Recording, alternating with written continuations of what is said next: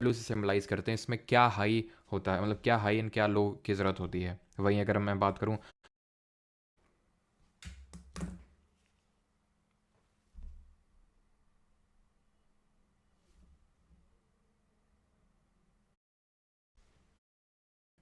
हमने एक तो की प्रभाव यहाँ पे हम इस पर्टिकुलर लेक्चर में पढ़ने वाले हैं, यानी कि जो हीट तो होता ही है, हीटिंग इफेक्ट तो दिखाता ही है। क्यों? क्योंकि रेजिस्टेंस करंट को, इलेक्ट्रॉन्स के फ्लो को मिलता है, इसलिए वो जब आपस में टकराते हैं तो हीट प्रोड्यूस होती है।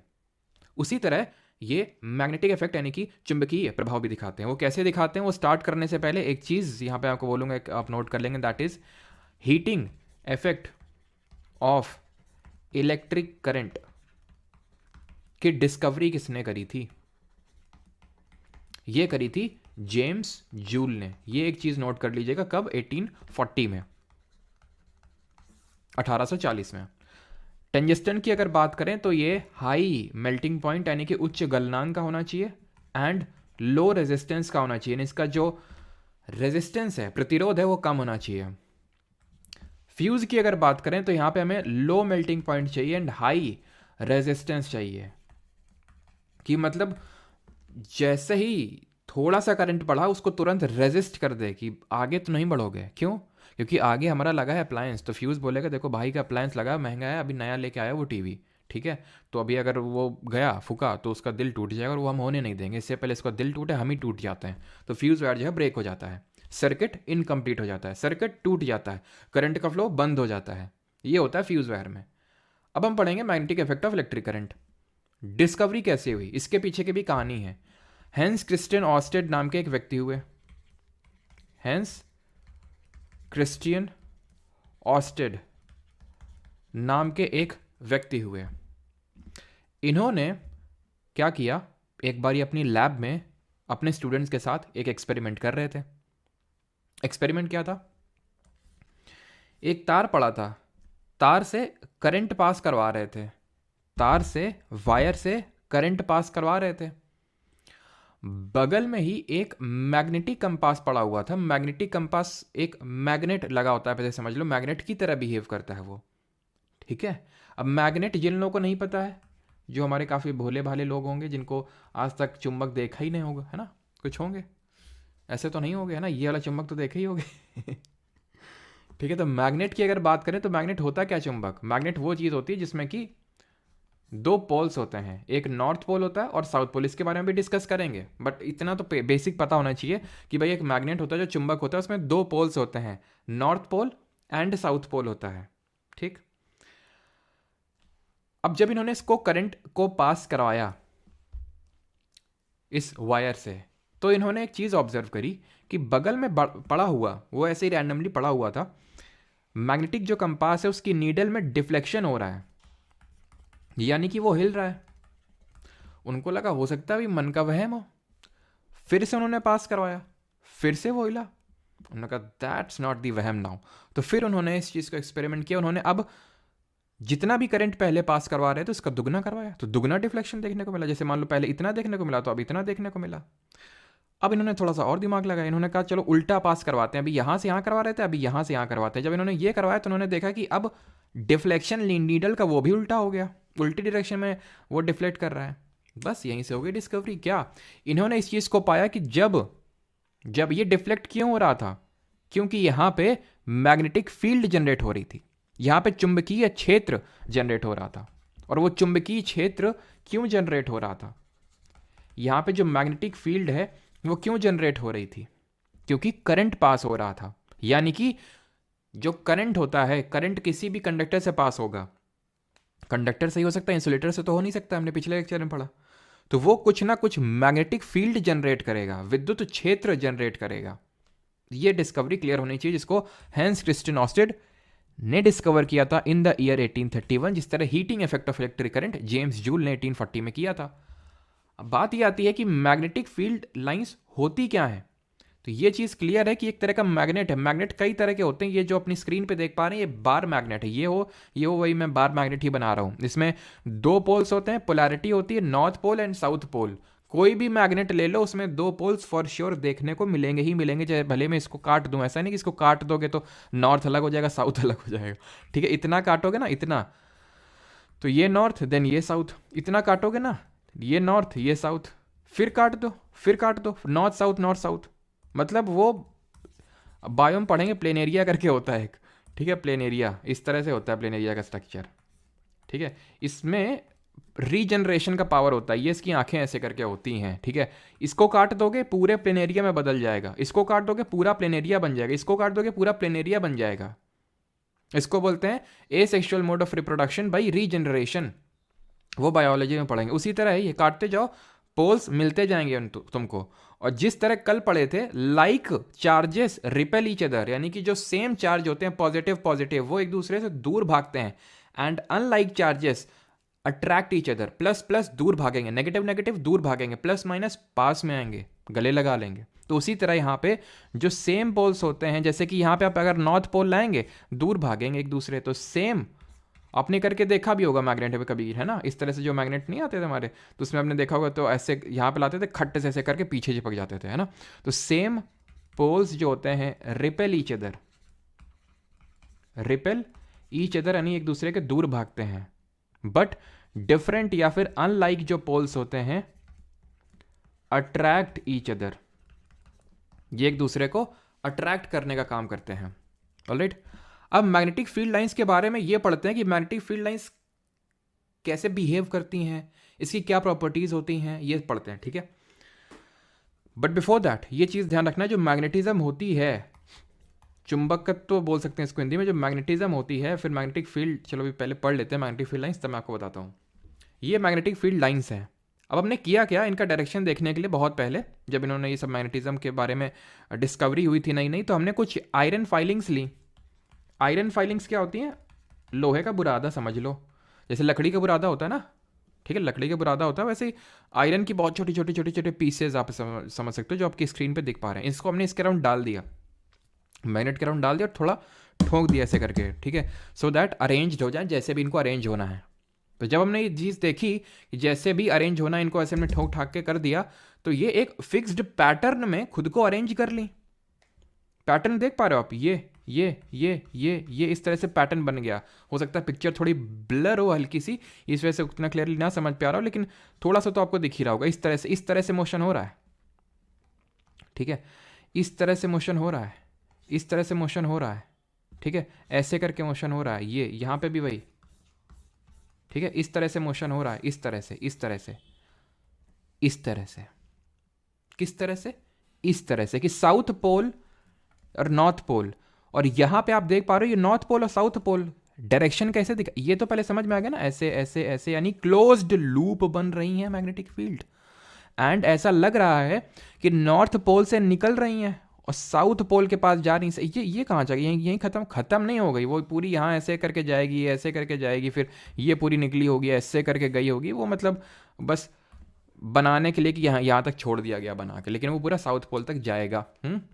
तो यहाँ से नॉर्थ पोल से ऐसा लगा निकली, साउथ पोल में गई, और डायरेक्शन भी वही दिखाया गया है। तो ऐसा देखिए, वो मान लेते हैं हम, ऐसा नहीं होता है कि नॉर्थ से ही निकलती और साउथ में ही जाती है, लेकिन एक कन्वेंशन अडॉप्ट कर लिया गया है हर जगह के लिए, ताकि कुछ डिसिमिलरिटीज ना हो, बोन ऑफ कंटेंशन ना बन जाए भैया कि कहाँ से निकलता है, कि भाई कोई बोल रहा है साउथ से निकलता है, कोई नॉर्थ से, तो मान लो कि नॉर्थ से निकलता साउथ में जाता है।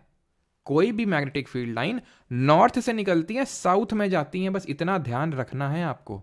नॉर्थ से साउथ इनका मूवमेंट होता है, नॉर्थ से साउथ, यानी साउथ से निकल रही होंगी और नॉर्थ में जा रही होंगी, इस तरह से आपको याद रखना है। मतलब नॉर्थ से साउथ इस तरह से मूवमेंट होना है, मतलब साउथ में अंदर जा रही हैं, ठीक है, और नॉर्थ से बाहर निकल रही हैं, इस तरह से, ठीक है, इस तरह से, तो यानी साउथ से अंदर और नॉर्थ से बाहर हो रही हैं। इतनी चीज़ क्लियर। अब इसमें कुछ प्रॉपर्टीज होती हैं इसकी, पूछता है मैग्नेटिक फील्ड लाइंस की। पहली, मैग्नेटिक फील्ड लाइंस जो होती हैं ये नॉर्थ पोल से निकलती हैं एंड साउथ पोल में एंटर करती हैं या फिर जाती हैं। क्लियर। अगेन ये कन्वेंशन अडॉप्ट करते हैं हम लोग, फर्स्ट थिंग। सेकेंड थिंग क्या है, दूसरी चीज़, कि जो मैग्नेटिक फील्ड लाइंस हैं they are in the form of, ये पूरा एक फिक्स्ड पैटर्न में रहती हैं, वो फिक्स्ड पैटर्न आपको दिख रहा है, they are in the form of closed loop, form of closed loop के फॉर्म में रहती हैं मैग्नेटिक फील्ड लाइंस। अगर आप देख पा रहे हैं ये क्लोज लूप ही तो बना हुआ है, ये क्लोज लूप बना हुआ है। दूसरी चीज हो गई। तीसरी चीज, magnetic field lines never intersect each other, never intersect each other, एक दूसरे को कभी कट नहीं करती हैं ये, चाहे कुछ भी हो जाए, कुछ भी हो जाए, ये एक दूसरे को कभी कट करती हुए नहीं पाई जाएंगी। क्वेश्चन पूछेगा अगर किसी जगह मैग्नेटिक फील्ड लाइंस कट कर रही हैं तो इसका मतलब क्या हुआ? सर अभी तो बोले थे नहीं कर सकती, बिल्कुल नहीं कर सकती। लेकिन अगर हाइपोथेटिकल सिचुएशन देते, इमेजिन करने, इमेजिनेशन में तो कुछ भी हो सकता है ना, तुम तो जाने क्या क्या इमेजिन करते होगे इमेजिनेशन में। ये भी इमेजिन कर लो कि मान लो कि मैग्नेटिक फील्ड लाइंस कट कर रही हैं, तो इसका मतलब ये हुआ कि at the point of intersection magnetic field line के दो डायरेक्शन होंगे जो पॉसिबल है ही नहीं। इसीलिए मैग्नेटिक फील्ड लाइंस कभी खुद को कट नहीं कर सकती हैं। पूछ ले कि अगर कर लिया तो हाइपोथेटिकल मान लो, तो उसका मतलब यह है कि उस पॉइंट पे मैग्नेटिक फील्ड के दो डायरेक्शन हो जाएंगे जो पॉसिबल नहीं है। इज दैट क्लियर यहां तक सभी को? किसी को कोई डाउट हो तो पूछ लो। ये हमारा एक कॉन्सेप्ट खत्म होता है।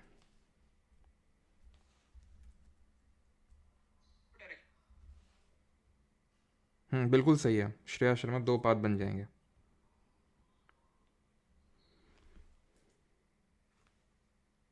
There will be two path. Okay, clear है किस तरह से मैग्नेटिक फील्ड लाइन का डायरेक्शन बना?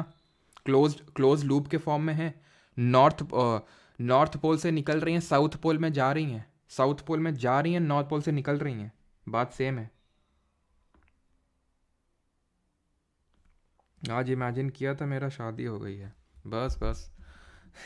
Magnetic field due to a current carrying conductor, magnetic field थोड़ा सा समझ आया कि ऐसा ऐसा होता है। और हाँ, जो मैग्नेटिक फील्ड ये लाइंस होती हैं कैसी होंगी? स्केलर की वेक्टर। ध्यान रखना, जो मैग्नेटिक फील्ड होती है, magnetic field is a vector quantity, क्योंकि इसका डायरेक्शन होता है इसलिए वेक्टर होगी। मैग्नीट्यूड तो होगा ही, अगर मैग्नीट्यूड है सिर्फ और सिर्फ वही है तो स्केलर होगी, यानी अदिश राशि होगी। लेकिन उसके साथ अगर डायरेक्शन भी अटैच्ड है तो वेक्टर होती है, सदिश राशि होती है। तो ये वेक्टर क्वांटिटी ही है, सदिश राशि है मैग्नेटिक फील्ड। अब आते हैं magnetic field due to a current carrying conductor, धारावाही चालक के कारण चुंबकीय क्षेत्र। Magnetic field due to a current carrying conductor, ये करंट कैरिंग कंडक्टर है। तो मैग्नेटिक फील्ड बनती कैसी है? वो तो हमने पढ़ लिया कि हैंस क्रिस्टेड ऑस्टेड तार से निकाल रहे थे करंट को, बगल में पड़ा था मैग्नेटिक कंपास, वो डिफ्लेक्ट कर रहा था। ठीक है, अच्छी बात है। अब हम पढ़ेंगे कि वो उसके अराउंड अगर मान लो ये जो तार है उसमें करंट डालने से, करंट फ्लो करवाने से कैसी बनेगी, जरा देखते हैं कैसी बनेगी मैग्नेटिक फील्ड। तो मैग्नेटिक फील्ड जो है ऐसे क्लोज्ड सर्कुलर कॉन्सेंट्रिक सर्कल्स पढ़े होगे ना। कॉन्सेंट्रिक सर्कल का मतलब होता है जिनका सेंटर एक ही हो, तो इस तरह के कॉन्सेंट्रिक सर्कल्स के फॉर्म में मैग्नेटिक फील्ड बनेंगी। खत्म खत्म। अभी कैसे खत्म? अब तुमसे पूछेगा कि बहुत सारे क्वेश्चन पूछेगा, जैसे कि ये जो मैग्नेटिक फील्ड बनी है ये डिस्टेंस के साथ कैसे वेरी करेगी? डिस्टेंस के साथ यानी दूरी के साथ। जैसे कि फॉर एग्जांपल दूरी से मेरा मतलब ये है कि अभी मैं एक पॉइंट ये ले लेता हूँ और दूसरा पॉइंट मैं ये ले लेता हूँ, ये ले लेता हूँ, तो किस केस में मैग्नेटिक फील्ड ज़्यादा होगी? ये 1 2 3, सबसे ज़्यादा सबसे कम किस में होगी? तो ध्यान रखना, सबसे ज़्यादा 1 में, देन 2 में, देन 3 में, यानी कि डिस्टेंस जैसे बढ़ाते जाएंगे मैग्नेटिक फील्ड कम होती जाएगी। दैट इज इनवर्सली प्रोपोर्शनल का रिलेशन है। तो इसको मैं कुछ इस तरह से कर देता हूं कि इसको हटा के इनवर्सली प्रोपोर्शनल का रिलेशन यहाँ पे शो कर देता हूं, 1 अपॉन डिस्टेंस। यहाँ पे सही आंसर हो जाएगा, magnetic field is inversely proportional to distance. Clear है? दूसरा पूछेगा करंट इंक्रीज कर दो। करंट इंक्रीज करने पे क्या होगा? क्रिस्टियन ऑस्टेड ने क्या किया था? करंट को इंक्रीज ही तो किया था। क्या हुआ था? डिफ्लेक्शन और ज्यादा हो गया था, यानी मैग्नेटिक फील्ड और ज्यादा हो गई होगी। यानी करंट से डायरेक्टली प्रोपोर्शनल है क्या? Magnetic field. क्लियर है? मैग्नेटिक फील्ड डिस्टेंस से इनवर्सली प्रोपोर्शनल है और करंट से डायरेक्टली प्रोपोर्शनल है। करंट बढ़ाओगे मैग्नेटिक फील्ड बढ़ेगी। तीसरा उल्टा कर देते हैं, अभी यहां से फ्लो करवा रहे हैं, यहाँ से ऐसे दो ही डायरेक्शन हो सकती ना, ये तो नीचे से तुम ऊपर भेजो करंट को या ऊपर से नीचे भेजो, यही तो कर सकते हो। अगर ऐसा रखा है, मान लो ऐसा रखा है, तो या तो यहाँ से ऐसे भेज सकते हो या तो यहाँ, और तो कुछ भेज नहीं सकते हो ना, कोई डायरेक्शन तो है नहीं इसके अलावा। तो हम अब उल्टा कर दें डायरेक्शन को, जो भी मैग्नेटिक फील्ड का डायरेक्शन था अभी वो बदल जाएगा। क्या था पढ़ेंगे अभी, एक रूल है राइट हैंड थंब रूल उससे, लेकिन जो भी इसका मैग्नेटिक फील्ड का डायरेक्शन था नीचे से ऊपर में वो पलट जाएगा जैसे ही करंट का डायरेक्शन आप पलटेंगे तो, यानी कि डायरेक्शन ऑफ करंट चेंज करने पे, इसको चेंज करने पे जो मैग्नेटिक फील्ड का जो डायरेक्शन होगा वो चेंज हो जाएगा, मैग्नेटिक फील्ड का डायरेक्शन बदल जाएगा, चेंज हो जाएगा। किसी को कोई प्रॉब्लम यहां तक नहीं होगी आई होप, ठीक है। अब आगे बढ़ते हैं। ये जो दिख रहा है आपको ये है राइट हैंड।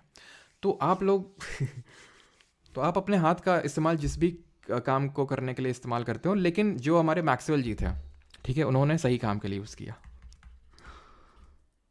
तो आप भी अपने हाथ को जो है सही काम के लिए इस्तेमाल करिए, ठीक है, लिखने पढ़ने के लिए, और राइट हैंड थंब रूल सीखिए। यहाँ पे मैक्सवेल जी ने यह बोला कि स्ट्रेट करंट कैरिंग जो कंडक्टर है उसमें मैग्नेटिक फील्ड जनरेट होगी। इतनी राम का था तो समझ भेजे में घुस गई होगी ना आपकी, वही तो हंस क्रिस्टियन ऑस्टेड ने डिस्कवर किया था। अब ये बोल रहे हैं मैक्सवेल जी, जिनको अपने राइट हैंड थंब रूल का यूज़ करवा के ये बता रहे हैं कि उसका डायरेक्शन क्या होगा। सर्कुलर तो होगा, लेकिन ऐसे होगा या फिर ऐसे होगा, कैसा होगा। तो इसके लिए इन्होंने बोला कुछ नहीं, आप एक काम करो, अपना अंगूठे को उस डायरेक्शन में रख दो, उस डायरेक्शन में कर दो जहां पे करंट का फ्लो है। करंट का फ्लो, ये जो एरो है वो करंट का फ्लो दिखा रहा है, यानी ऊपर की तरफ। तो मैं अपने अंगूठे को ऊपर की तरफ रखूंगा। सब लोग ये एक्टिविटी करेंगे साथ साथ, ठीक है। अपने हाथ को खाली करो, ठीक है ना, जो भी चीज़ पकड़े हो अपने हाथ से उसको हटाओ वहाँ से, मतलब फ़ोन को पकड़े होगे ऑब्वियस बात है।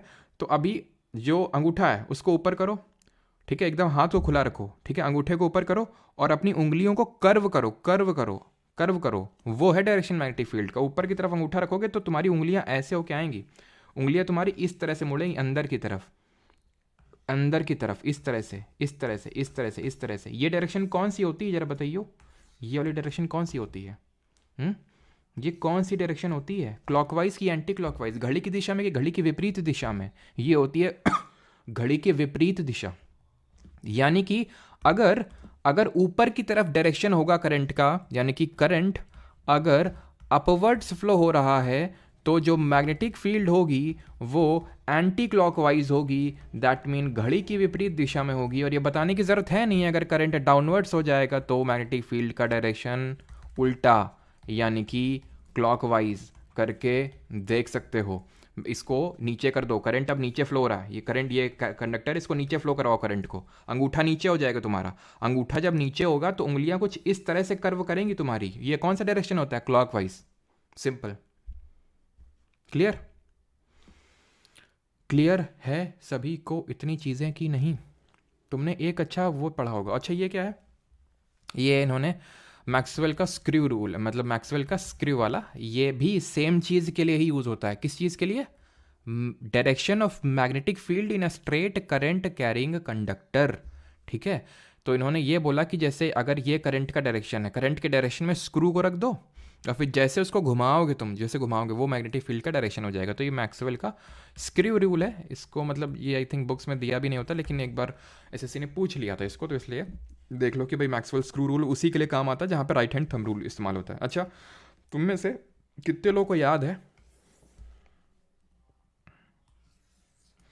ये कुछ देखा होगा तुमने पक्का, मतलब क्लास 10th में तो नहीं लेकिन 11th 12th में देखा होगा इसको, अगर तुमने लिया होगा तो। कितने लोगों ने देखा है? कितने लोगों ने इसको देखा है? जल्दी से बताओ।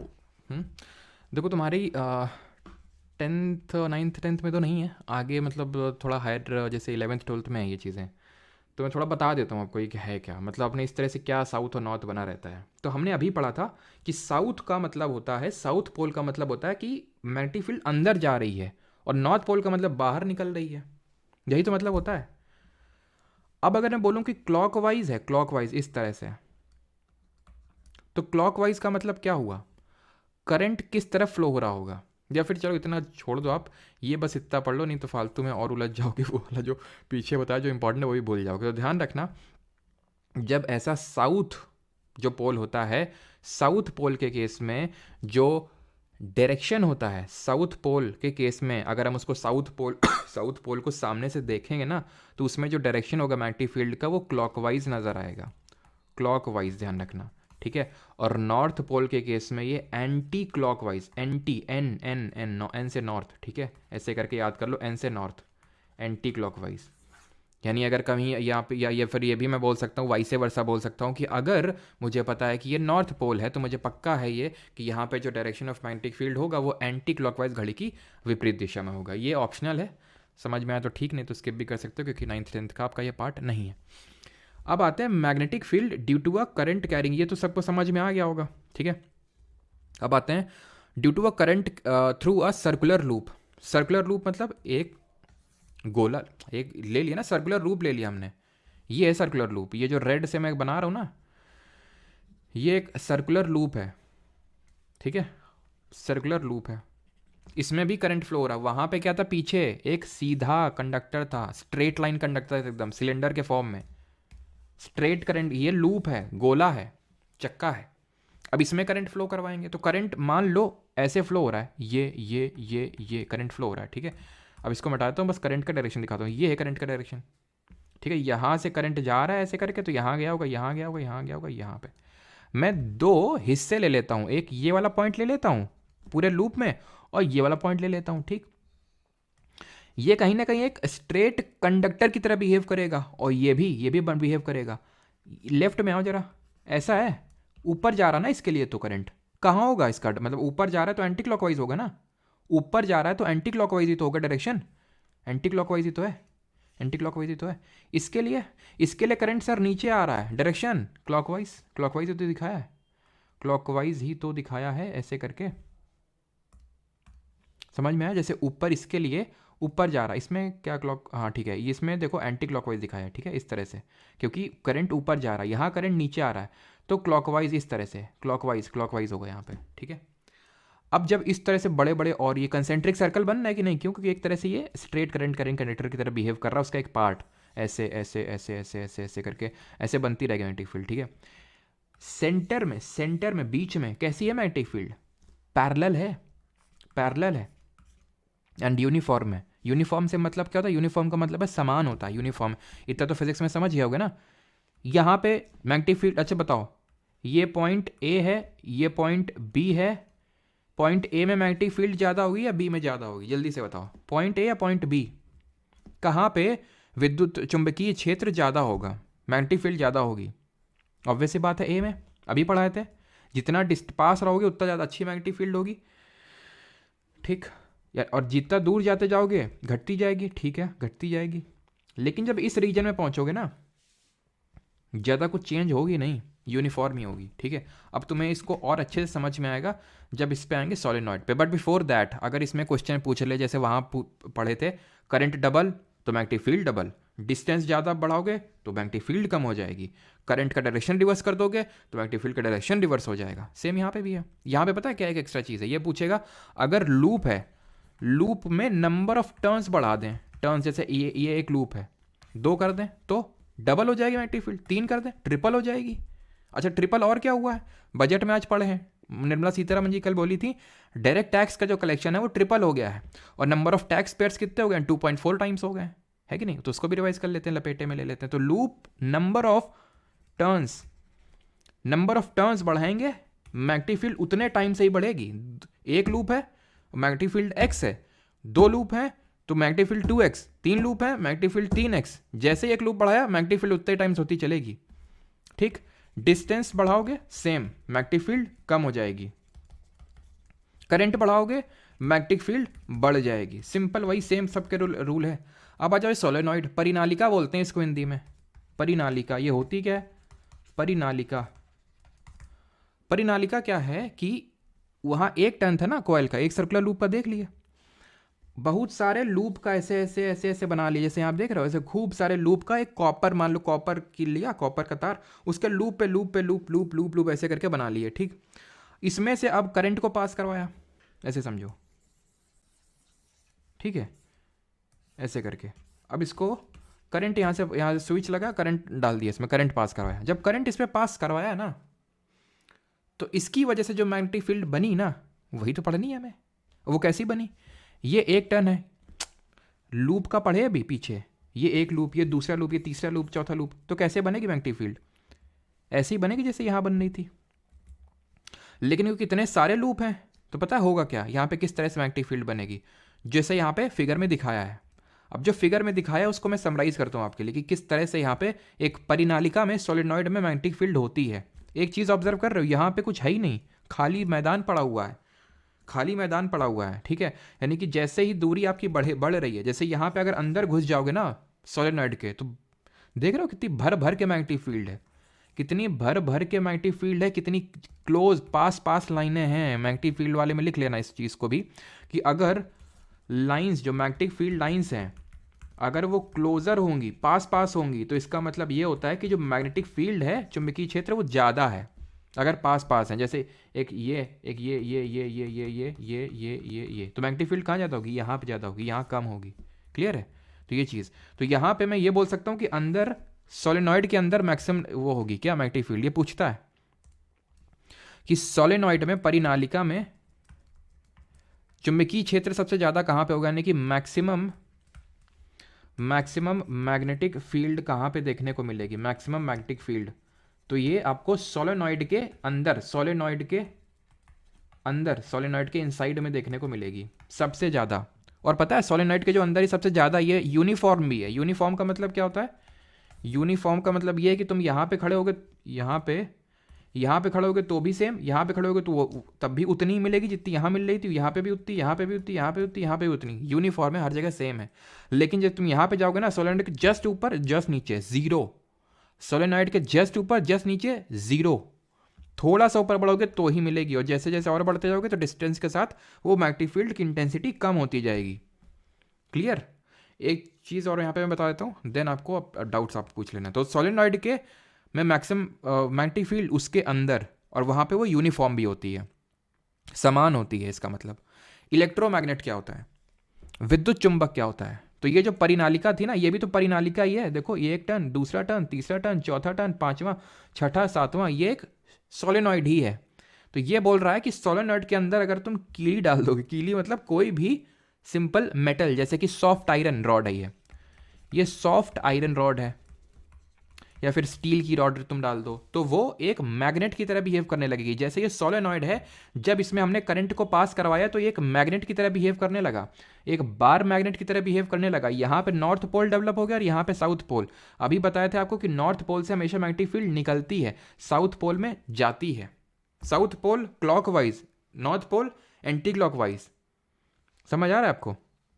यानी कि जैसे ही हमने सोलेनॉइड परिनालिका में करंट पास करवाया, मैग्नेटिक फील्ड भयंकर वाली जनरेट हुई, और क्योंकि इसके अंदर यूनिफॉर्म है, बहुत ज़्यादा है, तो ये एक पूरा ऐसे बार मैग्नेट की तरह बिहेव करने लगेगा। बार मैग्नेट मतलब ये वाला टाइप ऑफ मैग्नेट, ठीक है। अब इसके अंदर अगर हम कोई इस तरह से कोई मेटल रॉड डाल दें, जैसे आयरन की नेल डाल दी, आयरन रॉड डाल दी, ये भी एक मैग्नेट बन जाएगा। ये एक बहुत भयंकर वाला मैग्नेट बन जाएगा। कौन, ये जो रॉड डाली है, इसको बोलेंगे इलेक्ट्रोमैग्नेट, विद्युत चुंबक। अब मैं आपके डाउट्स देख लेता हूँ, बिकॉज यहाँ पे हमारा काफ़ी बड़ा पोर्शन खत्म हो चुका है और इंपॉर्टेंट भी था।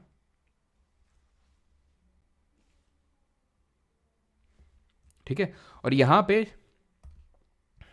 अगर हम डायरेक्शन ऑफ करंट को रिवर्स कर दें, जैसे कि फॉर एग्जांपल अगर यहाँ से यहाँ फ्लो हो रहा है, तो अगर हम डायरेक्शन ऑफ करंट रिवर्स कर देंगे तो मैग्नेटिक फील्ड का जो डायरेक्शन होगा वो भी रिवर्स हो जाएगा। इस चीज़ को हमेशा ध्यान रखिएगा, जो हमने स्ट्रेट करंट कैरिंग कंडक्टर में पढ़ा था। वही सेम चीज़ लूप के लिए भी ट्रू है, कि जो लूप था, जैसी भी ये मैग्नेटिक फील्ड बन रही थी, अगर हम करंट को रिवर्स कर दें, करंट अभी इधर से जा रहा है, इधर से निकल रहा है, इसको उल्टा कर दें, यहाँ से डाल दें और यहाँ से निकाल दें, तो उल्टी हो जाएगी magnetic field. Simple.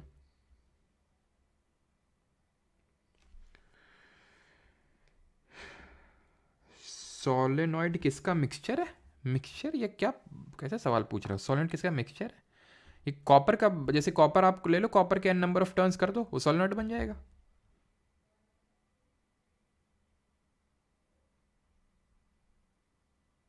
What is conductance? Wow, अच्छा क्वेश्चन है।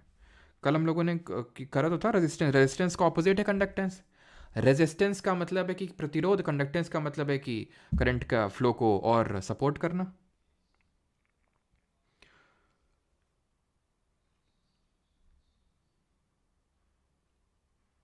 अभी आ रहे हैं फ्लेमिंग के लेफ्ट हैंड रूल में, अभी रुक जाओ, अभी बस फ्लेमिंग के लेफ्ट हैंड रूल में ही आ रहे हैं, बस आ गए देखो फ्लेमिंग का लेफ्ट हैंड रूल। चलो अब आते हैं फ्लेमिंग के लेफ्ट हैंड रूल पे, लेकिन उससे पहले क्यों यूज करते हैं फ्लेमिंग के लेफ्ट हैंड रूल को। तो force on a current carrying conductor in a magnetic field, क्या है ये? मैंने ये बोला ये करंट कैरिंग कंडक्टर है, इसकी खुद की मैग्नेटिक फील्ड होगी जो सर्कुलर होगी, अभी पढ़ के आए हैं, ठीक है। क्या होगा कि अगर इसको हम कहीं ले चलें, उठा के कहीं ऐसी जगह में ले चलें जहां पहले से ही मैग्नेटिक फील्ड मौजूद है, जहां पे पहले से ही मैग्नेटिक फील्ड मौजूद है, वहां पे इसको उठा के ले चलते हैं। चलो भैया, चलो चलो चलो चलो, जैसे ही मैग्नेटिक फील्ड कॉन्टैक्ट में आएगा ना, धक्का लगेगा जोर का इसको, और गाना गाएगा फिर वो, एक है ना, धक्का लगा धक्का लगा। तो ये क्या हुआ इस यहाँ पे, हुआ ये कि इसके दोनों मैग्नेटिक फील्ड मतलब एक तरह से इंटरैक्ट करी, कुछ तो होगा, तो फोर्स लगेगा, बल लगेगा। Force on a current carrying conductor in a magnetic field. Current carrying conductor देख चुके हैं, खुद की उसकी मैग्नेटिक फील्ड है, उसको किसी दूसरी मैग्नेटिक फील्ड में ले जाओगे तो उसको फोर्स लगेगा। वो फोर्स का डायरेक्शन बताया था फ्लेमिंग जी ने। ये फ्लेमिंग थे जिन्होंने अपना लेफ्ट हैंड का यूज़ किया। तुम तो पता नहीं क्या के लिए यूज़ करते रहते हो, देखो कुछ सीखो। मैक्सवेल जी ने अपना राइट हैंड यूज़ किया, फ्लेमिंग ने लेफ्ट हैंड, उन्होंने भी फिर से भी राइट हैंड भी यूज़ करेंगे, हैं, और तुमको जो है छोड़ो खैर। तो यहाँ पे फ्लेमिंग का जो लेफ्ट हैंड रूल है, इसमें उन्होंने ये बोला फ्लेमिंग जी ने कि थंब को, ये फर्स्ट फिंगर जिसको फोर फिंगर बोलते हैं, एंड मिडिल फिंगर, इनको कुछ इस तरह से रखो कि तीनों 90 डिग्री में हो। बनाओ ऐसे करके, अंगूठा ऐसे कर लो, फोर फिंगर को ऐसे, और मतलब बाहर की तरफ, जैसे मतलब मेरी तरफ, मतलब अपनी तरफ वो मिडिल फिंगर को कर लो इस तरह से, मतलब 90 डिग्री में होना चाहिए। सभी लोग बना लो अपना पहले जल्दी से, और लेफ्ट का यूज़ करना, राइट का मत यूज़ करने लगने, फिर बोलोगे कि सर निकल नहीं रहा हमारा, तो कुछ और ही निकल रहा है, मतलब ठीक है। तो यहाँ पे इस तरह से बना लो ताकि वो तीनों 90 डिग्री में हो और वो लेफ्ट हैंड ही हो आपका, ठीक है। तो फ्लेमिंग जी के अनुसार उन्होंने ये बोला कि अगर जो फोर फिंगर है, जिसको तर्जनी बोलते हैं आई थिंक हिंदी में, तो वो अगर मैग्नेटिक फील्ड जिसको बी से रिप्रेजेंट करते हैं, मैग्नेटिक फील्ड को बी से रिप्रेजेंट करते हैं, तो अगर वो फोर फिंगर मैग्नेटिक फील्ड को रिप्रेजेंट कर रही है, मिडिल फिंगर करंट के डायरेक्शन को रिप्रेजेंट कर रही है, तो फोर्स किस डायरेक्शन में लगेगा वो थंब हमें दिखाएगा, ठीक है। वो पूछ लेता है, लेकिन जैसे कि फॉर एग्जाम्पल अब ये इसका एग्जाम्पल ले लेते हैं हम लोग, इसका एग्जाम्पल ले लेते हैं। अब यहाँ पे क्या है, यहाँ पे करंट ऊपर फ्लो हो रहा है सर, करंट ऊपर फ्लो हो रहा है, मैग्नेटिक फील्ड इस डायरेक्शन में है। तो फ्लेमिंग का लेफ्ट हैंड रूल क्या बोलता है? फ्लेमिंग का लेफ्ट हैंड रूल ये बोलता है कि मिडिल फिंगर मैग्नेटिक फील्ड को दिखा रही है, तो मिडिल फिंगर आपकी ऐसी होगी, रख लो इसको मैग्नेटिक फील्ड, जल्दी से फोर फिंगर को इधर करो। करंट का डायरेक्शन ऊपर की तरफ है और करंट को तो मिडिल फिंगर दिखा रही है, तो हाथ को मोड़ना पड़ेगा तुमको, हाथ को मोड़ना पड़ेगा, तभी तो ये ऊपर होगी। फोर फिंगर अभी भी तुम्हारी वहां पे, मैंने कर लिया, तुम भी करो, ठीक है। मिडिल फिंगर को ऊपर करो, मिडिल फिंगर को ऊपर। अंगूठा कहाँ को जा रहा है? अंगूठा कहाँ को जा रहा है? अंगूठा अंदर को जा रहा होगा तुम्हारा, उस साइड को जा रहा होगा, तुमसे विपरीत जा रहा होगा, अंदर के साइड। तो करंट मैग्नेटिक फील्ड का डायरेक्शन अंदर की तरफ हुआ, और वही यहाँ पे क्रॉस से दिखाया गया है। पता है तुम्हें कि जैसे कि तुम रीजनिंग में पढ़ते होगे, east west north south direction पढ़ते होगे, चार, फिजिक्स में 6 डायरेक्शन होते हैं, एक अंदर और एक बाहर। अंदर को दिखाते हैं इससे और बाहर को दिखाते हैं इससे। तो ये जो क्रॉस दिखा है वो अंदर की तरफ है मैग्नेटिक फील्ड, समझ गया ना कैसे कि मैग्नेटिक। अब याद कैसे करेंगे सर, हम भूल जाते हैं किसको कौन सी फिंगर किसके लिए, उसके लिए भी हमारे पास जुगाड़। मैग्नेटिक फील्ड को बी से रिप्रेजेंट करते हैं, छोड़ो ना, तुम लिख लो मैग्नेटिक फील्ड ऐसे करके, ठीक है, मैग्नेटिक फील्ड लिख लो तुम। और ये क्या है? करंट है, इसको करंट लिखो ऐसे। ये क्या है? फोर्स है। फादर मदर और चाइल्ड, खत्म। ऐसे तुमने तीनों डायरेक्शन तीनों कर लिया। अंगूठे से शुरू करो, अंगूठा मोटा सा है, पापा होंगे वो, ठीक है, एकदम तगड़े से पापा होंगे, तगड़े से, तो वहां से स्टार्ट करो। फादर होंगी, देन मिडिल वाली मदर, मिडिल फिंगर मदर हो जाएंगे, और बीच वाले जो मिडिल फिंगर तुम, मतलब चाइल्ड, ऐसे करके याद कर लो। फादर मदर चाइल्ड, खत्म, भूलोगे ही नहीं कभी, ठीक है। तो अगर पूछ भी लिया तो भी आप बता दोगे। क्लियर है इतनी चीज़? यहाँ तक किसी कोई डाउट तो नहीं है? पूछ लो अगर किसी कोई डाउट हो, तब आगे बढ़े। हमारा लास्ट टॉपिक है वो जो हम आगे बढ़ रहे हैं।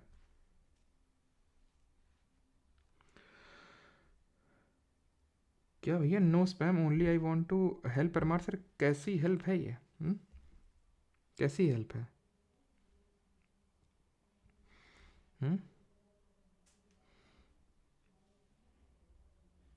स्पैम?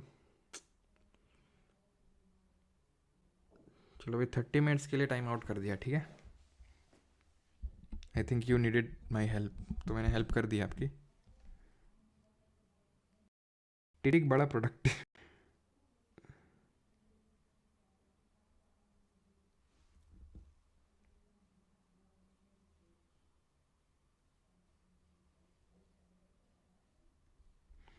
क्लियर हो गया? आगे बढ़, तो आगे नहीं बढ़ेंगे, तुमको पहले क्वेश्चन देते हैं। तुम लोग के जो है मस्ती ज़्यादा सवार हो रही ना, तो क्वेश्चन देते हैं तुमको अच्छा सा, ठीक है। चलो एक तुमको क्वेश्चन ये है, एक मैग्नेटिक फील्ड है, उसका डायरेक्शन इधर की तरफ है, ठीक है। तुम्हारे सामने डायग्राम भी लिखा हुआ है, एकदम बना हुआ है, ठीक है। इधर की तरफ डायरेक्शन वो है, ठीक है। एक इलेक्ट्रॉन को जो है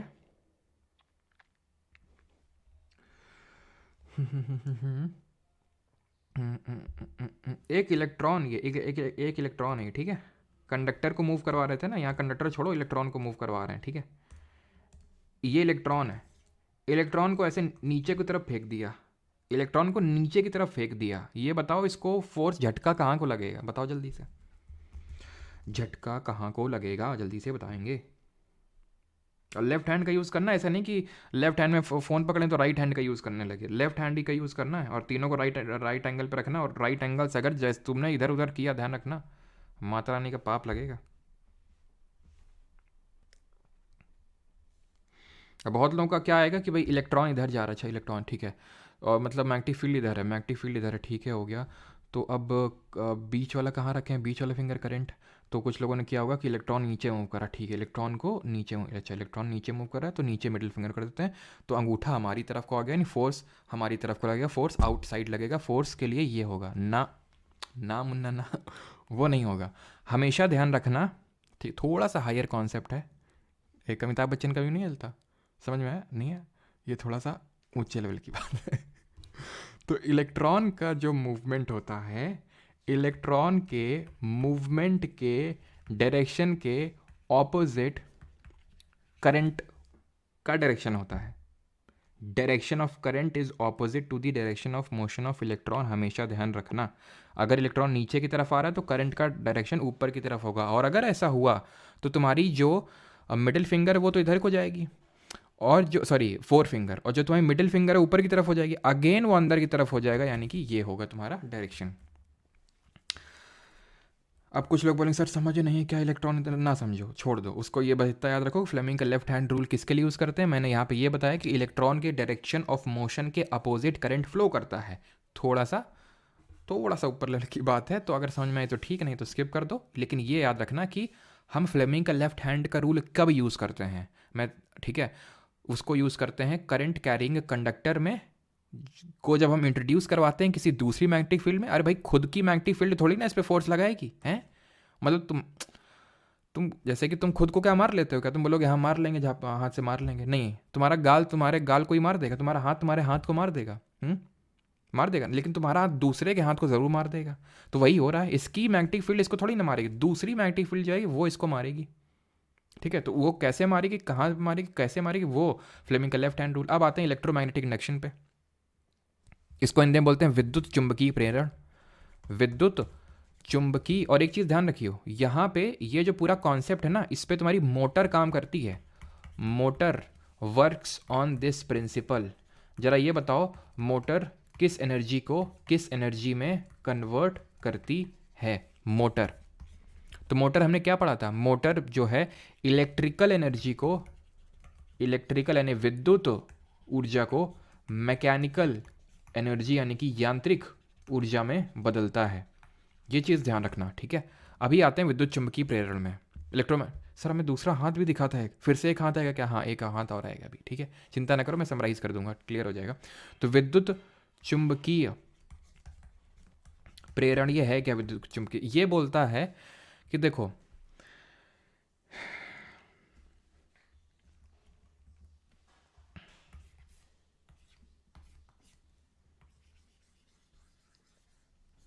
ठीक, क्लियर।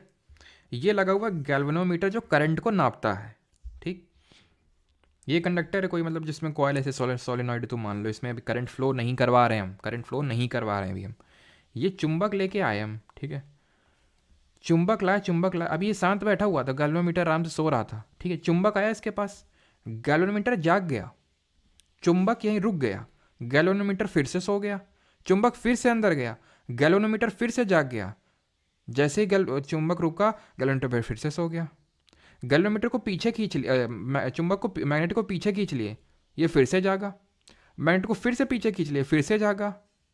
क्या हो रहा है? ये एक पैटर्न तुमने ऑब्जर्व किया कि जब चुंबक रुकता है तो गैल्वेनोमीटर रुक जाता है, जब चुंबक मूव करता है तो गैल्वेनोमीटर भी मूव कर देता है। क्यों? क्योंकि ये जो मैग्नेट है इसकी कोई मैग्नेटिक फील्ड होगी। अगर ये नॉर्थ है ये साउथ है तो ऐसे ऐसे होगी, ऐसे ऐसे होगी ना मैग्नेटिक फील्ड। तो ये कॉन्सेप्ट ये बोलता है कि अगर किसी कंडक्टर को एक चेंजिंग मैग्नेटिक फील्ड मिलती है तो उसमें करंट इंड्यूस हो जाता है। ये गैल्वेनोमीटर में डिफ्लेक्शन इसलिए हुआ क्योंकि इसके तार में करंट फ्लो हुआ। वो करंट इसलिए फ्लो हुआ क्योंकि मैग्नेटिक फील्ड चेंज हुई, यानी कि मैग्नेटिक फील्ड के चेंज की वजह से करंट जनरेट हो रहा है। और क्योंकि मैग्नेटिक फील्ड के चेंज की वजह से, ध्यान रखना है मेरी वर्डिंग्स, मैग्नेटिक फील्ड के चेंज की वजह से करंट जनरेट हो रहा है। लेकिन जैसे तुमने मैग्नेट को स्टैटिक कर दिया, मैग्नेटिक फील्ड तो चेंज ही नहीं हो रही ना, वैसे की वैसे रुक गई मैग्नेटिक फील्ड। खूब ज्यादा है मैग्नेटिक फील्ड, बहुत ज्यादा यहाँ पे भर भर के मैग्नेटिक फील्ड है, उससे फर्क पड़ता ही नहीं है। मैग्नेटिक फील्ड चेंज होनी चाहिए, तभी मैग्नेट को अंदर बाहर अंदर बाहर अंदर बाहर, इसके अंदर बाहर आपको करना है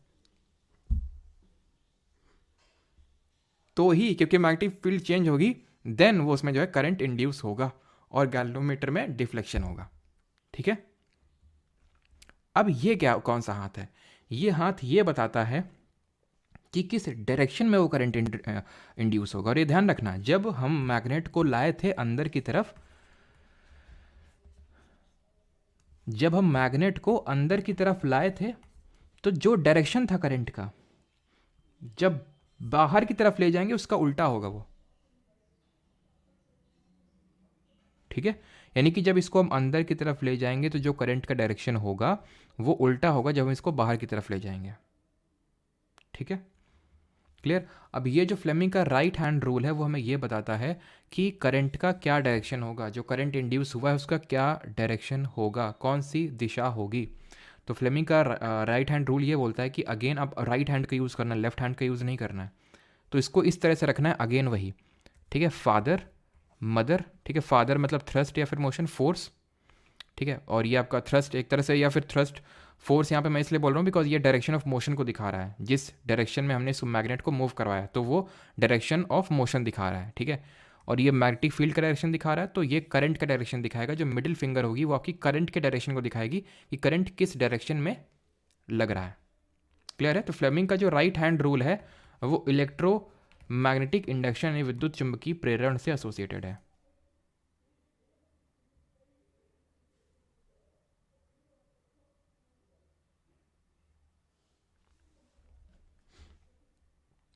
क्लियर है यहाँ तक सभी को, कोई डाउट तो नहीं है?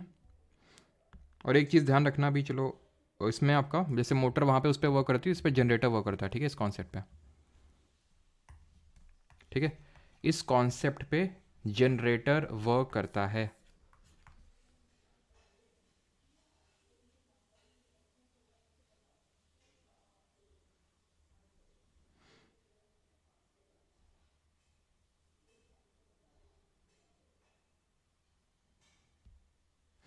नो डाउट, ओके, ठीक है। तो जनरेटर इसी कॉन्सेप्ट वर्क करता है। अगर आप कभी जनरेटर में देखें तो उसमें क्या होता है, मैग्नेट को अंदर बाहर मूव करवाया जाता है सो दैट उसमें करंट इंट्रोड्यूस हो। बिकॉज हमें पता है जनरेटर क्या करता है, जनरेटर करता है आपका, जनरेटर करता है व्हाट, और मोटर का एकदम उल्टा, मोटर मैकेनिकल को इलेक्ट्रिकल में कन्वर्ट करता है, ये इलेक्ट्रिकल को, सॉरी, वो इलेक्ट्रिकल को मैकेनिकल में करता है, ये मैकेनिकल को इलेक्ट्रिकल में करता है, ठीक है।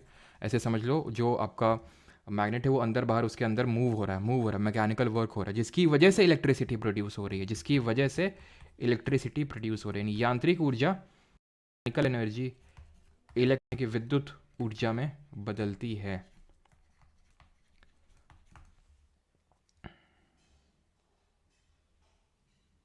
मैग्नेटिक फ्लक्स अवदेश आना वो है नहीं आपके सिलेबस में, ठीक है, मतलब अगर 9th एंड 10th का देखें तो उसमें नहीं है वो मैग्नेटिक फ्लक्स, बिल्कुल से मैकेनिकल टू इलेक्ट्रिकल।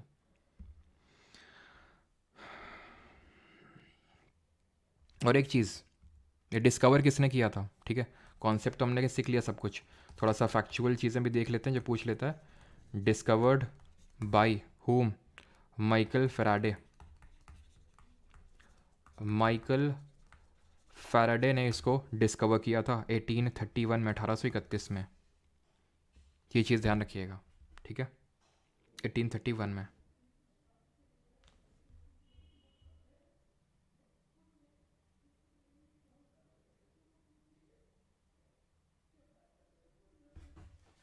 एक सेकेंड।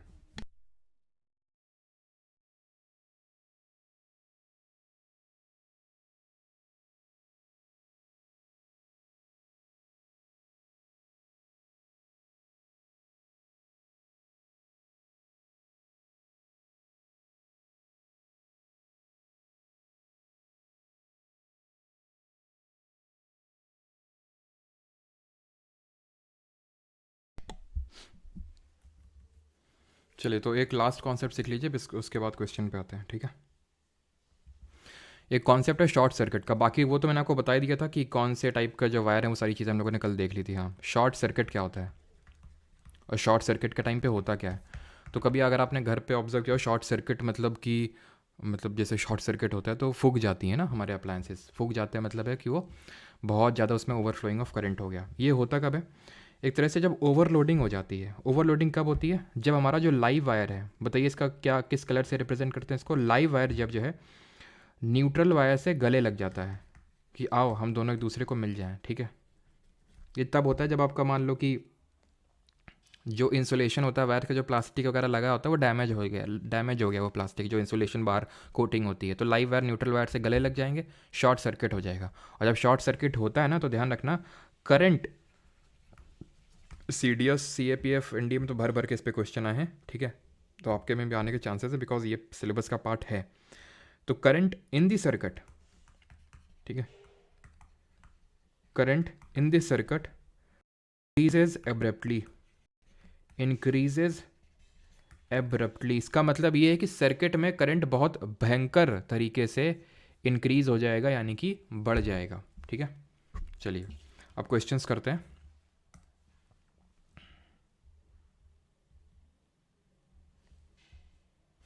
और एक चीज़, रुक जाओ, क्या मैंने ये बताया कि नहीं, एक बार देख लेता हूँ। ठीक है, नहीं बताया ना, एक सेकेंड। ये चीज़ ध्यान रखना, जैसे कि यहाँ पे हम क्या कर रहे थे, कंडक्टर को मूव करवा रहे थे, ठीक है। तो क्वेश्चन पूछेगा कि भाई कब ये मैक्सिमम और कब मिनिमम होता है। तो ध्यान रखना, अगर कंडक्टर और मैग्नेटिक फील्ड के बीच का डायरेक्शन अगर 90 डिग्री होगा, जो कि पहले केस में आप देख पा रहे हैं, ये कंडक्टर और ये मैग्नेटिक फील्ड है 90 डिग्री एकदम, यहाँ पे जो फोर्स लगेगा वो मैक्सिमम होगा।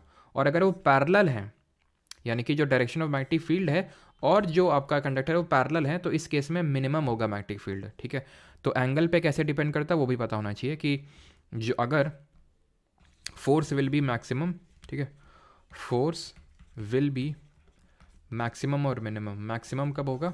व्हेन जो आपका मैग्नेटिक फील्ड का डायरेक्शन है, ठीक है, magnetic field and the motion of conductor, और बिल्कुल ये बोल सकते हैं and the motion of conductor, magnetic field and conductor के बीच का जो डायरेक्शन है, नॉट मोशन, यहाँ पे कंडक्टर लिखते हैं सिर्फ, ठीक है,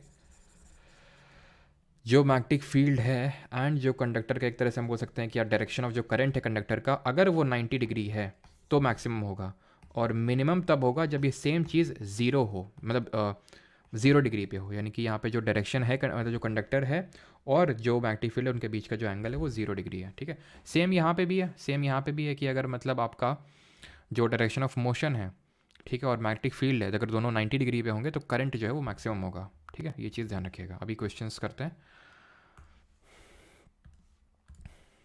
करंट चलो, विच of the following has the highest value of resistivity? Silver, nichrome, chromium या फिर आयरन? बताइए जल्दी से।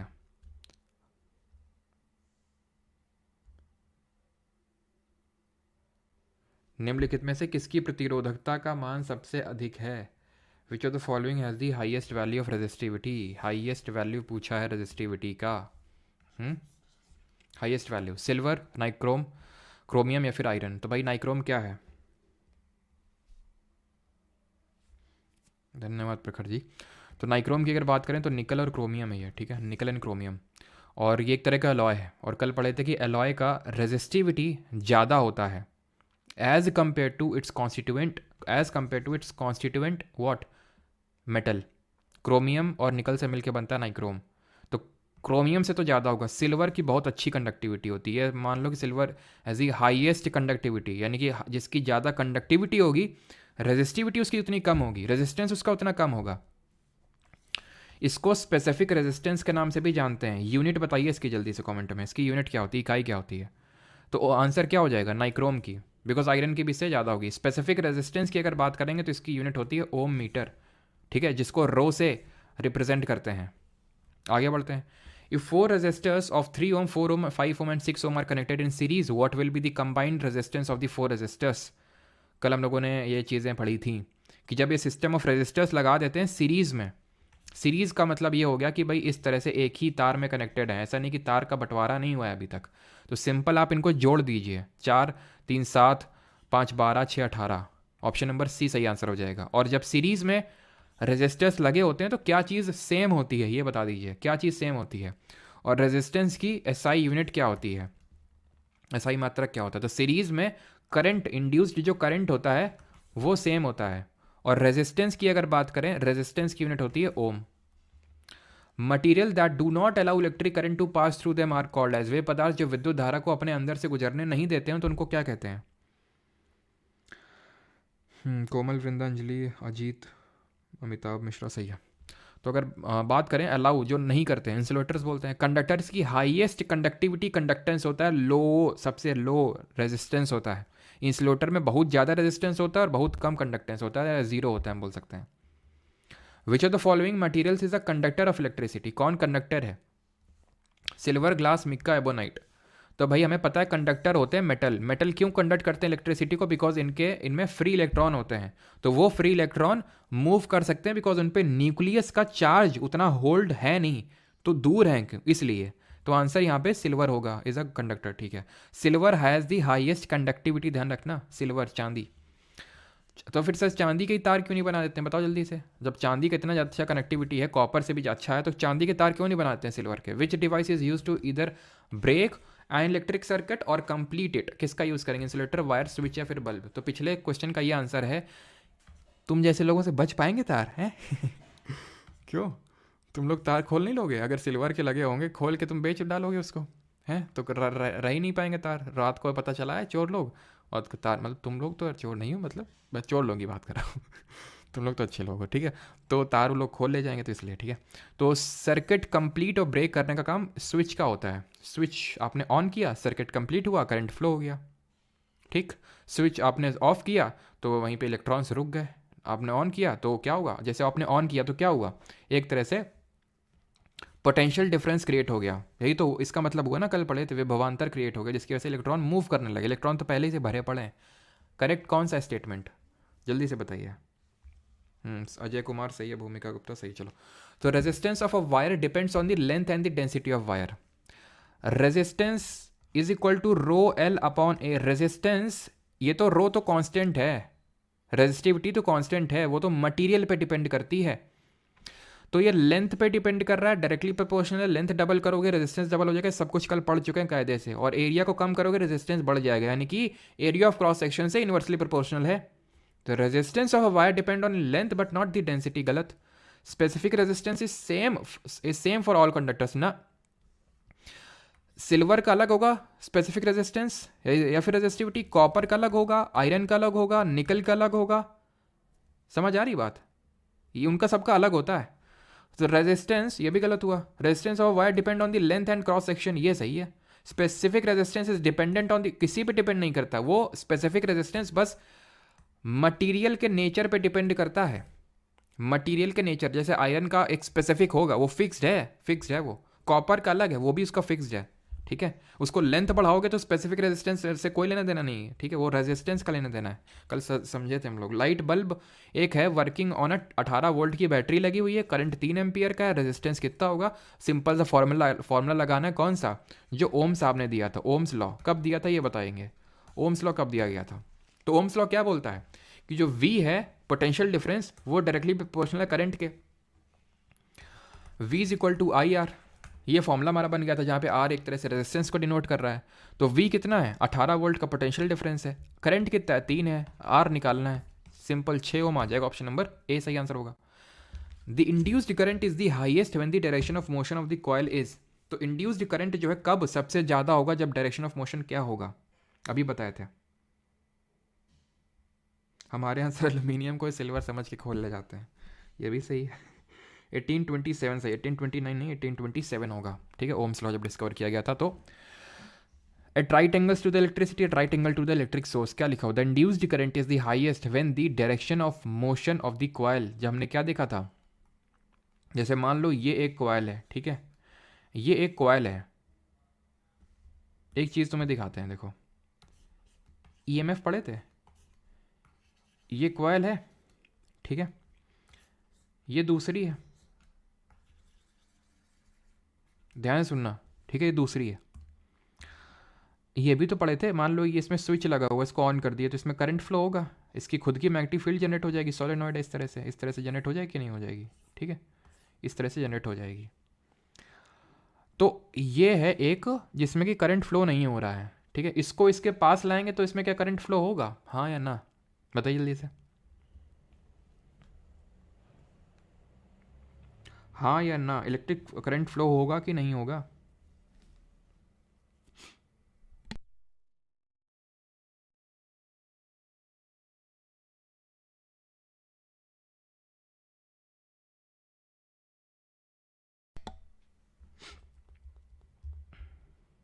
हाँ ना, हाँ हाँ, ज़्यादातर लोगों के हाँ आंसर आ रहे हैं। चलो, तो यहाँ पे आंसर है हाँ, क्यों, क्योंकि इसके लिए चेंजिंग मैग्नेटिक फील्ड मिल गई ना, तो बस हो गया electromagnetic induction, simple, changing magnetic field. तो जो डायरेक्शन ऑफ मोशन है उसका मैग्नेटिक फील्ड से लेने देना, इलेक्ट्रिक सोर्स इलेक्ट्रिसिटी से नहीं, इलेक्ट्रिक करंट तो जनरेट हो रहा है, ठीक है, at right angle to the magnetic field, option number D यहाँ पे सही आंसर होगा, ठीक है। और मिनिमम कब होगा, जब 0 डिग्री होगा, मिनिमम कब होगा, जब 0 डिग्री होगा। Ninth, what do you call a component of identical size that offers a higher resistance to electricity, call a component that offers higher resistance to electricity, higher resistance है, resistance ज़्यादा है, मतलब वो क्या होगा, पुअर कंडक्टर होगा, option number A. Which of the following is not a conductor, यानी कि इनमें से कौन सा सुचालक नहीं है, कौन से कंडक्ट नहीं करेगा इलेक्ट्रिसिटी, कॉपर भी करेगा, सिल्वर भी करेगा, निकल भी करेगा, तीनों मेटल है, हार्ड रबर नहीं करेगा, इंसुलेटर है ये, ठीक है। क्यू अगर नेट चार्ज है, टी अगर टाइम है, तो रिलेशन बताइए क्यू और टी के बीच में, तो क्या पढ़े थे, करंट क्या होता है, करंट होता है कितना चार्ज फ्लो हो रहा है पर यूनिट टाइम, यही तो कल शुरुआत में पढ़े थे। और एक इलेक्ट्रॉन में, एक इलेक्ट्रॉनिक चार्ज कितना होता है, एक इलेक्ट्रॉन में कितना चार्ज होता है जरा बताइए। तो क्या आंसर हो जाएगा, Q is equal to I T, I is equal to Q upon T, और वह एक इलेक्ट्रॉन में चार्ज होता है 1.6 into 10⁻⁻19 coulomb. Whose law states that at a junction in an electric current की किसी जंक्शन में the sum of the current flowing into the junction is equal to the sum of the current flowing out of the junction. जैसे ये मान लो कोई junction है, ये कोई जंक्शन है, यहाँ से करंट जो फ्लो हो रहा है उतना ही करंट यहाँ से निकलेगा भी, ये बोला था किरचॉफ जी ने, Gustav Robert Kirchhoff, option number D answer होगा, किरचॉफ लॉ। ओम्स लॉ तो देखते हैं, ओम्स लॉ को इससे क्या कुछ लेने देना है क्या, ओम्स लॉ तो ये बोलता है कि जो ईएमएफ होगा, मतलब पोटेंशियल डिफरेंस होगा, वो करंट के डायरेक्टली प्रोपोर्शनल होगा, ठीक है। व्हीटस्टोन ब्रिज, ये तुमने ज़रूर पढ़ा होगा, अगर तुमने 11th-12th में फिजिक्स होगी तुम्हारे, 100% पढ़ा होगा, ठीक है। तो तुमने ये पढ़ा होगा कि व्हीटस्टोन ब्रिज जो है उसका अरेंजमेंट कैसा होता है, मतलब उसमें कितने रजिस्टर्स लगे होते हैं, ये आपसे पूछा है, तो कितने होते हैं याद करो अपने बचपन के दिनों को बचपन के तो नहीं, मतलब जो आपके 11th-12th के दिन थे, तो ये कुछ याद आ रहा है आपको, कुछ याद आया आपको कि नहीं आया, तो इसमें कितने लगे हुए हैं, 4 लगे हुए हैं कि नहीं,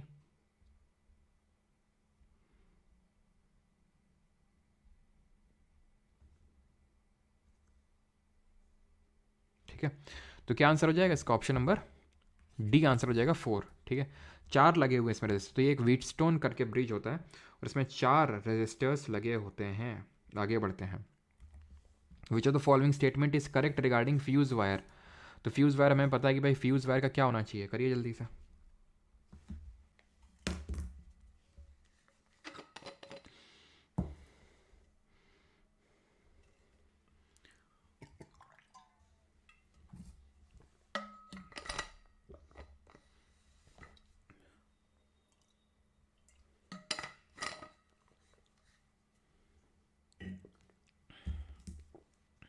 लो melting point and high resistivity. Resistivity का उल्टा होता है कंडक्टिविटी, तो लो कंडक्टिविटी ले लो। Low melting point and low conductivity option number है, ठीक है। हाई रेजिस्टिविटी होनी चाहिए ना, लेकिन रेजिस्टिविटी तो है नहीं, तो फिर लो कंडक्टिविटी हो जाएगी, ठीक है। हाई रेजिस्टिविटी चाहिए तो इसका मतलब है लो कंडक्टिविटी, ऑलराइट। चलो आगे बढ़ते हैं। The amount of work done in moving a charge of 4 coulomb across 2 points having a potential difference 6 volt। Work done पूछा है। वर्क डन हमने कल पढ़ा था, पोटेंशियल डिफरेंस क्या होता है? पोटेंशियल डिफरेंस होता है, पोटेंशियल डिफरेंस क्या होता है? पोटेंशियल डिफरेंस होता है कि वर्क डन आपने कितना किया चार्ज को मूव करने के लिए। पोटेंशियल डिफरेंस एक तरह से वर्क डन ही है, ठीक। तो यहाँ पे सही आंसर क्या होगा? W is equal to Q V. तो वर्क डन पूछा है ने, W is equal to Q. Q कितना है? चार्ज 4 कूलॉम, वो पोटेंशियल डिफरेंस 6, 4 छंग 24, कहाँ है? ऑप्शन नंबर डी, ठीक है। एकदम सिंपल सा है कि नहीं, कल हम लोगों ने पढ़ा था। वॉट और एक पावर का फॉर्मूला भी हम लोगों ने पढ़ा था, जल्दी से बताओ वो क्या पढ़ा था? What is the coil of wire in an electric room heater known as. तो कॉइल को क्या बोलते हैं? सेल, फ्यूज, स्विच या फिर एलिमेंट। तो उसको हम बोलते हैं एलिमेंट, ठीक है। सबका सही है निकेत, 24। हाँ, तो आंसर होगा ऑप्शन नंबर डी, एलिमेंट, ठीक है। चलिए आगे बढ़ते हैं। 18th विच, और कुछ पूछा था ना पे पी। हाँ, पावर का फॉर्मूला होता है पोटेंशियल डिफरेंस इनटू करंट।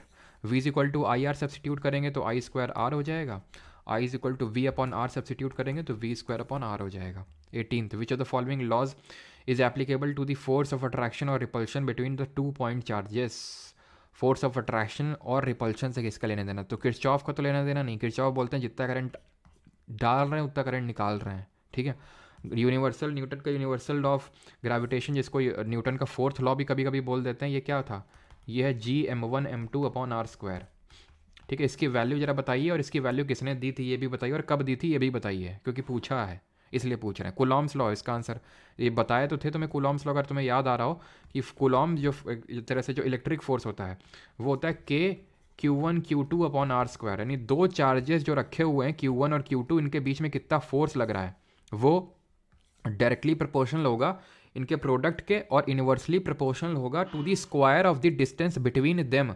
और के की वैल्यू वो होती है 1/4πε0, लेकिन उससे कोई लेना देना नहीं आपको, ठीक है। तो यहाँ पे जी की वैल्यू क्या होती है? 6.67 इंटू 10⁻⁻11 न्यूटन मीटर स्क्वायर पर kg स्क्वायर। और इसको वैल्यू दी थी हेनरी कैवेंडिश ने, कब, किस ईयर में दी थी? Henry Cavendish in the year 1798, 1798 में, ठीक। आगे बढ़ते हैं। कुछ यहाँ पे बताना था क्या तुम्हें? नहीं, वही फॉर्मूला लिखना था, ठीक है। F इज इक्वल टू, मैं लिख देता हूँ, क्या होगा? K Q1 Q2 upon R square. बिल्कुल सिमिलर है ग्रेविटेशनल फोर्स के, वहाँ पे यूनिवर्सल ग्रेविटेशनल कांस्टेंट था और m1 m2 upon R square था, सिंपल वही है, ठीक है। Identify the correct statement in relation to ampere. CHSL 24 May 2022 afternoon shift. Ampere के संबंध में सही कथन का चयन करें। तो ये अब चयन ना कर पाए ना, तो ध्यान रखना, टाइम मशीन में तुम्हें बिठाएंगे, कल ले जाएंगे और फिर वहीं तुमको मार के फिर से ले आएंगे, ध्यान रखना। क्या बताया था आपको? Q I is equal to Q upon T, यही तो करंट होता है। इसका मतलब है 1 एम्पियर करंट कब जनरेट होगा? जब 1 कूलॉम का चार्ज 1 सेकंड में फ्लो हो रहा होगा। 1 ampere is constitute by the flow of 1 coulomb per minute, नहीं पर सेकंड, ठीक है। 1 ampere is constitute by the flow of 2 coulomb. लो, मतलब लेफ्ट हैंड साइड में 1 है तो राइट साइड में 1 ही लाना है। 1 ampere is constitute by the flow of 1 Coulomb of charge पर सेकंड। ऑप्शन नंबर सी सही आंसर होगा, ठीक है। यहाँ तुम हाफ कूलॉम कर रहे हो तो भैया टाइम को जो तुम कर दो, टाइम को क्या कर दो? टाइम को भी हाफ कर दो। फिर अगर हाफ कूलॉम कर रहे हो तो हाफ को टाइम भी हाफ सेकंड कर दो तो भी एक हो जाएगा, तो भी ठीक है, कोई दिक्कत नहीं। लेकिन लेफ्ट में 1 है तो राइट में 1, ठीक है। जैसे कि ये पढ़े थे V is equal to V is equal to W upon Q. तो एक पता है, 1 वोल्ट पोटेंशियल डिफरेंस का मतलब ये कि हमने 1 जूल का काम किया 1 कूलॉम के चार्ज को मूव करवाने के लिए, ठीक। The current in the bulb will stop flowing. Current कब बंद हो जाएगा? तो when the current conductor is on, when if the circuit is broken, when the switch is turned on, if there is a magnetic field, तो answer क्या होगा? अगर circuit टूट गया, सर्किट कब टूटेगा? जब स्विच ऑफ हो जाएगा। स्विच टर्न ऑन है तो मतलब सर्किट कंप्लीट है। व्हेन डू इलेक्ट्रॉन्स, बस 4-5 मुश्किल से क्वेश्चन और बचे होंगे।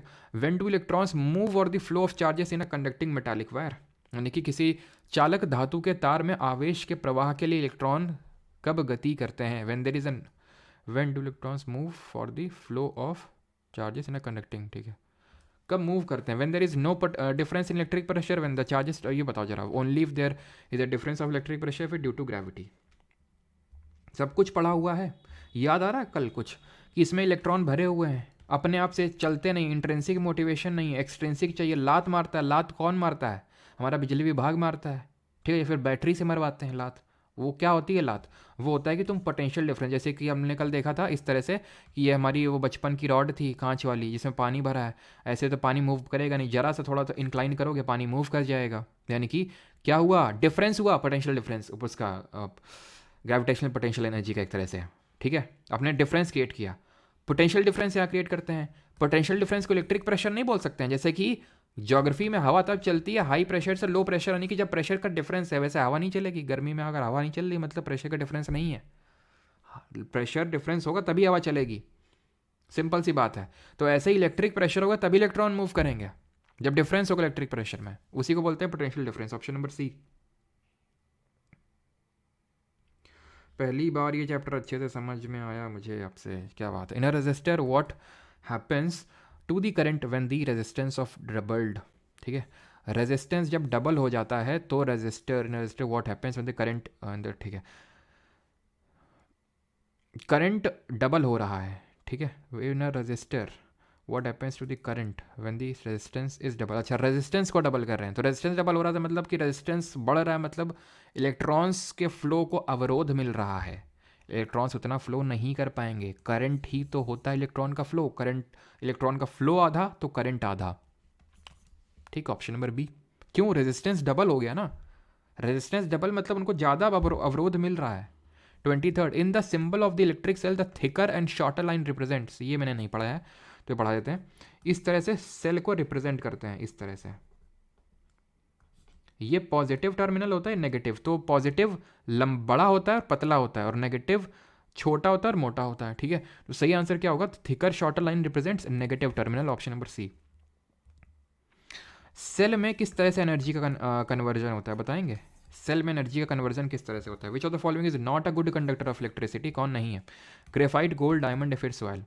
तो ग्रेफाइट एक नॉन मेटल है, फिर भी it is a good conductor of electricity and it is an exception, अपवाद है, पढ़ेंगे केमिस्ट्री में कि कार्बन का एक इलेक्ट्रोप है, अप्रूव है ना। और डायमंड भी कार्बन का एक इलेक्ट्रोप है, बट ये भी नॉन मेटल और ये कंडक्ट नहीं करता इलेक्ट्रिसिटी को। गोल्ड करेगा, सॉइल भी करती है, ध्यान रखना। प्योर वाटर जो होता है ये कंडक्ट नहीं करता, प्योर वाटर इंसुलेटर होता है, इंसुलेटर होता है। लेकिन डिस्टिल्ड वाटर ले लोगे तुम, यानी कि थोड़ा सा उसमें कुछ इंप्योरिटीज़ अगर मिक्स हो जाएंगी वाटर में, तो वो गुड कंडक्टर हो जाता है। कुछ ना कुछ इंप्योरिटीज़ तो होती ही है, इसीलिए जो है उससे मूव कर जाता है, मतलब उसमें हमें पानी में अगर करंट होता है तो हमें करंट लग जाता है, क्योंकि यूजुअली कुछ इंप्योरिटीज़ तो होंगी। सॉइल से भी मूव कर जाता है करंट। सेल में एनर्जी केमिकल से इलेक्ट्रिकल होती है, ठीक है, केमिकल से इलेक्ट्रिकल एनर्जी। आई थिंक लिखा सही लिखा सभी ने, सीक्रेट सुपरस्टार, सिमरन सिंह, सभी ने सही लिखा है, ठीक है। हाँ, डायमंड में टेट्राहेड्रल होता है, एक कार्बन एटम, 4 कार्बन एटम, और उसमें ग्रेफाइट में एक कार्बन एटम 3 कार्बन एटम से अटैच्ड होता है, इसीलिए जो है इतनी डिफरेंट प्रॉपर्टी शो करते हैं। ये ग्रेफाइट स्लिपरी नेचर होता है, diamond hardest natural substance known. Which of the following is introduce the concept of electric field for the first time? किसने इलेक्ट्रिक फील्ड का कॉन्सेप्ट सबसे पहले दिया था? ऑप्शंस आपके सामने हैं, Blaise Pascal, Michael Faraday, Charles ये कूलॉम, या फिर जोसेफ हेनरी। तो फैराडे जी ने तो बस इलेक्ट्रोमैग्नेटिक इंडक्शन दिया था, ठीक है, EMI जिसको हम बोल सकते हैं, ठीक है। और आंसर पास्कल जी तो प्रेशर से रिलेटेड है, आंसर कूलॉम होगा, ठीक है, option number C. Electrical conductance through metals is called electronic conductance and it, electrical conductance को इलेक्ट्रॉनिक कंडक्टेंस बोलते हैं। और ये टेम्परेचर के साथ डिक्रीज इंक्रीज, टेम्परेचर वाला भी कल हम आपको बताए थे, जब रेजिस्टेंस वाला पढ़ाए थे तो रेजिस्टेंस वाले में तुम्हें 3 चीज़ बताए थे, length directly proportional, area inversely proportional, और टेम्परेचर में ये बताए थे कि टेम्परेचर तुम बढ़ाओगे तो इनका मूवमेंट इलेक्ट्रॉन्स का बढ़ेगा, मूवमेंट बढ़ेगा, टकराएंगे आपस में, टकराएंगे तो मतलब रेजिस्टेंस ज़्यादा पैदा करेंगे एक दूसरे के लिए, रेजिस्टेंस ज़्यादा, टेम्परेचर ज़्यादा तो रेजिस्टेंस ज़्यादा, और रेजिस्टेंस ज़्यादा तो कंडक्टेंस कम, रेजिस्टेंस ज़्यादा तो कंडक्टेंस कम, यानी कि डिक्रीजेज क्या, कंडक्टेंस डिक्रीज करेगी, मतलब दोनों इन्वर्सली हैं, डिक्रीज और इंक्रीज होना चाहिए, decreases with increase in temperature सही है। ठीक, ऑप्शन नंबर है 28। विच of the following is not a good conductor of electricity? क्या बता दीजिए ईशा अग्रवाल, क्या?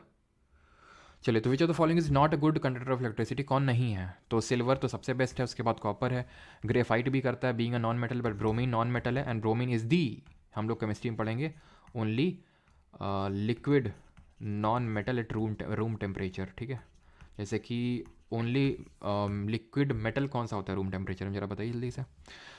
Among various electrical safety devices one based on the heating effect of electric current is, इसमें से कौन सी इलेक्ट्रिकल अप्लायंस है जो heating effect of electric current पे बेस्ड है? चलिए, तो यहाँ पे जो सही आंसर होगा वो मरकरी होगा, पारा। ठीक है, वैसे तो केमिस्ट्री में पढ़ेंगे इस चीज़ को, तो अगर पता है तो ठीक, नहीं तो कोई नहीं।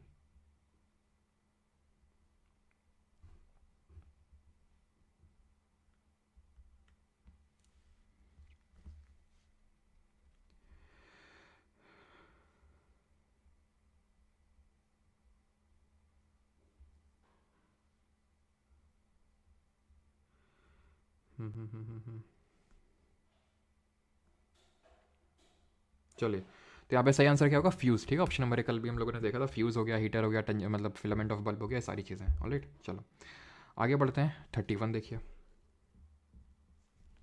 What is the starting voltage of an, sir fuse वाला क्वेश्चन, फ्यूज़ वाला क्वेश्चन कौन सा? अच्छा, वो पीछे जो करवाया था, चलो उसको देख लेंगे एक बार। What is the current voltage of an, नंबर बता देना मुझे, of a double A battery for home gadget such as remote control, small toys and wireless kitchen applicable. तो कौन सा बताइए जल्दी से।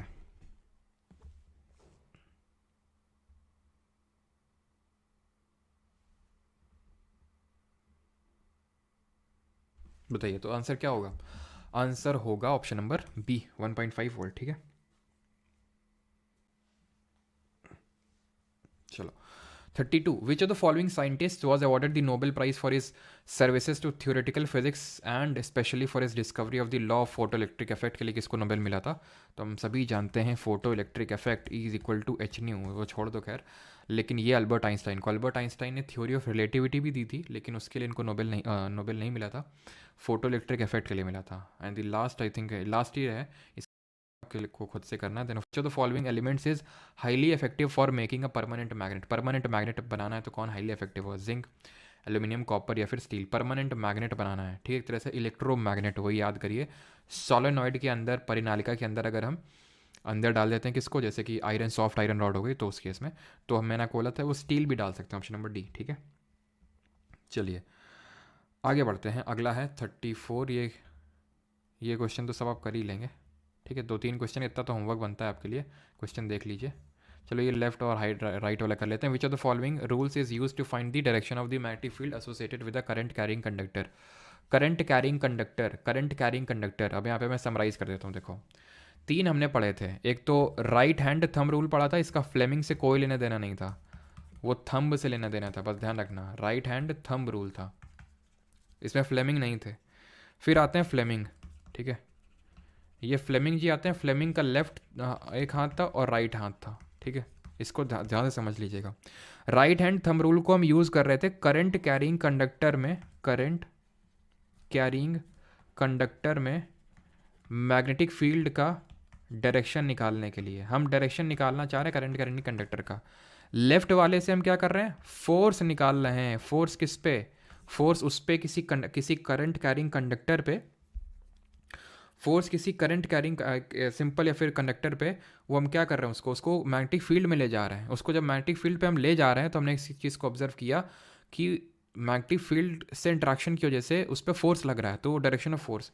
राइट हैंड जो फ्लेमिंग का राइट हैंड जो थंब रूल है वो हमें ये बता रहा है कि डायरेक्शन ऑफ इंड्यूस्ड करंट यानी कि करंट जो है किसी कंडक्टर में due to a changing magnetic field किस डायरेक्शन में, तो एल, ध्यान रखना, लेफ्ट हैंड फ्लेमिंग का लेफ्ट हैंड फोर्स बहुत लगाता था और राइट हैंड में करंट दौड़ता था उनके, बस ऐसे तुम याद कर लेना। ठीक है, ये पूछ लेगा ऐसे।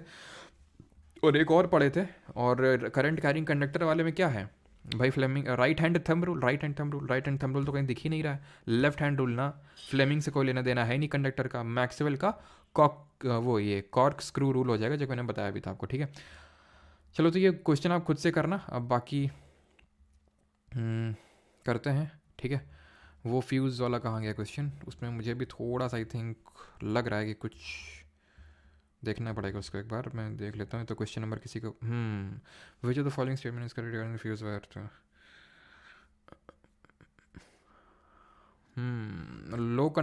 लो melting point and high conductivity होगी इसमें, ऑप्शन नंबर सी। इसका रीज़न पता है क्या है? क्योंकि जो फ्यूज़ है ना, फ्यूज़ अगर ये कंडक्टिविटी हाई ज़्यादा नहीं करेगा, बिल्कुल बात सही है कि कंडक्टिविटी और रेजिस्टिविटी एक दूसरे के इन्वर्सली प्रोपोर्शनल होते हैं।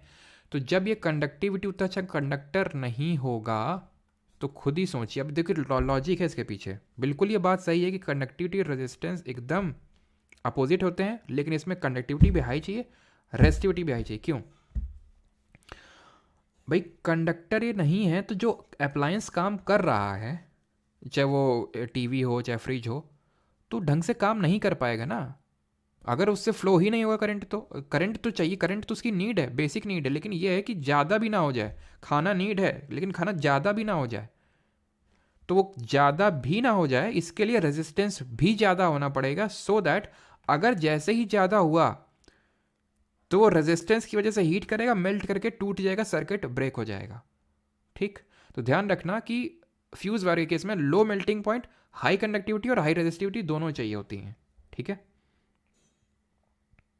क्लियर?